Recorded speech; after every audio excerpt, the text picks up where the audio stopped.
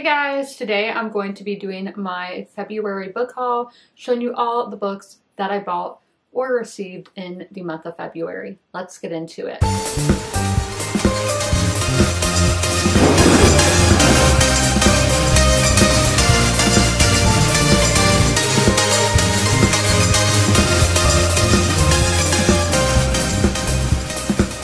In February, I was only allowed to purchase 12 books. Now there are more than 12 books in this haul because I did get some for free. I've been going to the little free libraries, and if you'd like to check those videos out, they are on my TikTok, which will be on the link tree on my main channel page. Sorry to make y'all go on a whole quest for that. And then my book of the month books only count as one book, and then the rest were books that I did purchase, and I've only purchased 10 books this month, so I am allowed 2 more books still. So, you know, be sure to check out my vlogs because that's where those other books will end up. I first went to Barnes & Noble and I got this book, which is Where the Line Bleeds by Jesmyn Ward. I've heard all her books have like Easter eggs in them, so I wanted to start from the get-go for her first published book, and that's this one. So this is the first novel from the 2-time National Book Award winner, Jesmyn Ward. Where the Line Bleeds is a timeless Southern fable of brotherly love and familiar conflict, which y'all know I love family stories and I love a Southern setting, and I haven't read any of her books yet, and her books intrigue me so much, so I hope I can get to this one soon. And I like to read a poem or a short story just to get my day started without having my phone around. So I picked up The Witch Doesn't Burn in this one by Amanda Lovelace. I know Amanda Lovelace is very popular for like that social media Tumblr kind of poetry, but I've actually never read any of her poems. I saw this one on a Barnes & Noble's Instagram page, a Barnes & Noble in Indianapolis that I visited, and I was like, I need that. And the print is in red, which I think is really cool. So burn whoever tries to burn you, which is so true. Also at Barnes & Noble, I picked up My Heart is a Chainsaw by Stephen Graham Jones. I've read some of his other books and they were fine books, you know, but none of them have been favorites. But this book was on so many people's favorite books list of 2023, so I was like, okay, I'm gonna go get it. This is basically about a girl who is obsessed with 1980s slasher films, and then she starts to think a slasher film is taking place in her hometown, like that kind of, like, you know, the plot is taking place in her hometown. She thinks a slasher is happening, and that's just really intriguing because it's like, is it going to be mental? Is it actually going to be happening? There's so much at stakes for this one. My last Barnes & Noble purchase was The Pisces by Melissa Broder. I read her book Milk Fed last month and really enjoyed it. So I want to read more of her books, so I picked up The Pisces, which I've heard a lot of crazy things about this book. Let's see what it's about. So Lucy has been writing her dissertation on Sappho for 9 years when she and her boyfriend break up in a dramatic flameout.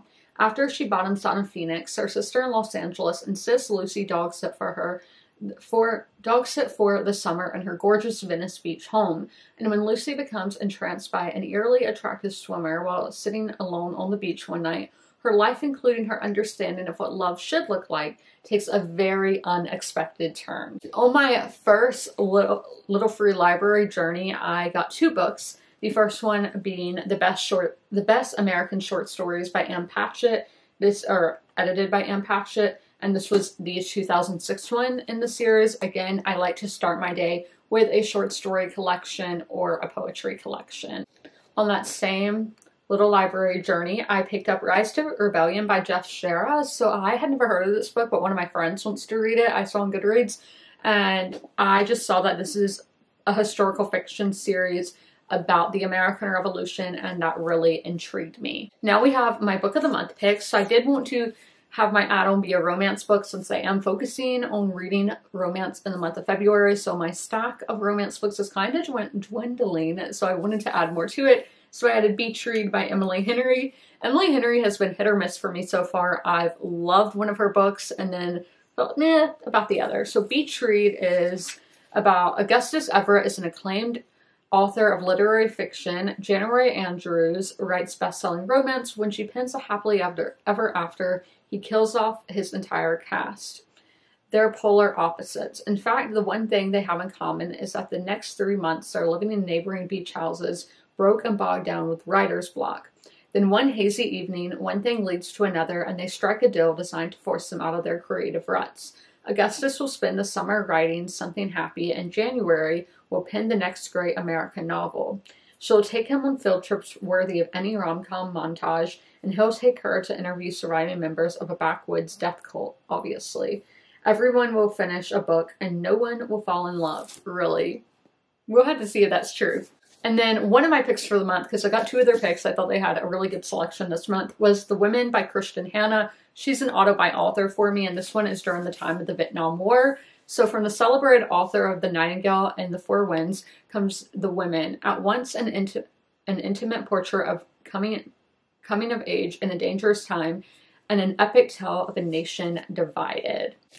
And then my first pick at Book of the Month this month was The Foxwife by Yangzi Chu.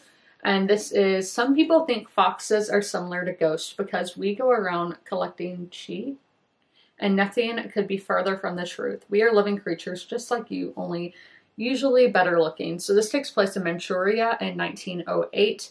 And so the author brilliantly explores a world of mortals and spirits, humans and beasts, and their dazzling intersection. Epic in scope and full of singular, unforgettable characters, The Foxwife is a stunning novel about old loves and second chances, the depths of maternal love and ancient folktales that may very well be true. So it's a historical, but with fantastical folklore elements, which I find very intriguing. Of course, I bought books at Target this month. They're always on sale, so I can't pass up. And I got Twisted Love by Anna Wong. It's taken me forever to pick up a book by this author, but again, I keep seeing her everywhere, and I'm like, my thing is that I don't know if this takes place in our world or a fictional world, because the fictional world, I'm like, I don't really care, because I've heard it's like about, you know, rich people romance, and yeah, give me, but I don't really care if it's set in a fake world. You are the light to my dark sunshine. Without you, I'm lost. Sounds kind of cheesy, but okay. So Alex Volkov is a devil blessed with the face of an angel and cursed with the past he can't escape. And then Ava Chen is a free spirit trapped by nightmares of a childhood she can't remember. So hopefully these characters have good depth and background to them. Similar to the Pisces, I read Migrations by Charlotte McConaughey last month, and I wanted to pick up her other book, and that is Once There Were Wolves. This is about the wolves have gone extinct, and they are reintroducing them to the Scottish Highlands in hopes of bringing them back. A lot of her books, like, it has that premise, but then it's so much more of a deep dive on character work and just so many themes and ideas, so I can't wait to see what she does with this one. I have more books from the Little Free Libraries. First is The Spellbook of Catriona Van Tassel, A Story of Sleepy Hollow by Alyssa Palumbo. So this is a historical, and it's enlisting the help of her friend, rumored witch Charlotte Jansen. Catriona seeks the truth of Ichabod Crane's disappearance, investigating the forest around Sleepy Hollow using unconventional, often darkly magical means. What they find forces Catriona to question, I just realized I was saying her name wrong. Okay, question everything she once knew, and to wonder if the Headless Horseman is perhaps more than just a story after all. Then we have Fly Away by Christian Hannah. Again, she's an auto-buy author for me, but this time it was free.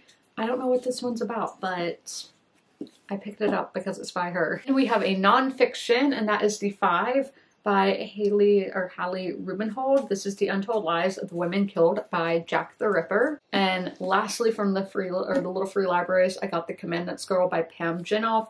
This is 19-year-old Emma Bau has been married only 3 weeks when Nazi tanks thunder into her native Poland.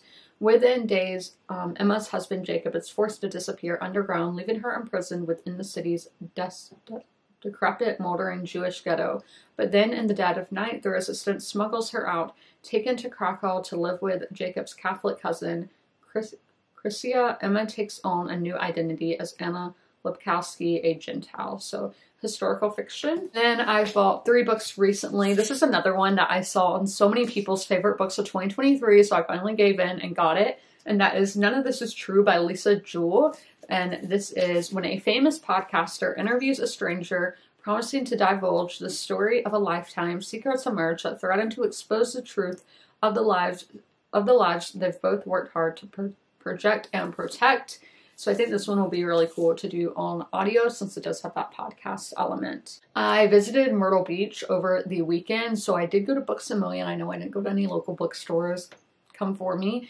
And I got Above the Sea by Catherine Voss. This is a historical fiction, and this is an irresistible and sweeping love story that follows two Portuguese refugees who flee religious violence and reunite their budding romance in Civil War America.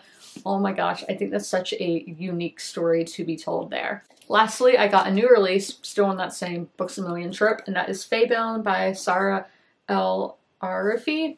And this is two elven sisters become imprisoned in the intoxicating world of the Fae, where danger and love lie in wait. Faybound is the first book in an enchanting new trilogy from the Sunday Times bestselling author of The Final Strife. I have not read a lot of fantasy lately, and this one I just thought sounded really good from what I heard, and a lot of people's like books they're excited for in 2024. Those are all of the books that came into my possession in the month of February of 2024. Have you guys read any of these books? What did you think of them? And if you made it this far, leave a heart emoji in the comments below. But as always, comment, rate, and subscribe, and don't forget to ring that notification bell to be notified when all my videos go live. I'll see you in the next one. Bye.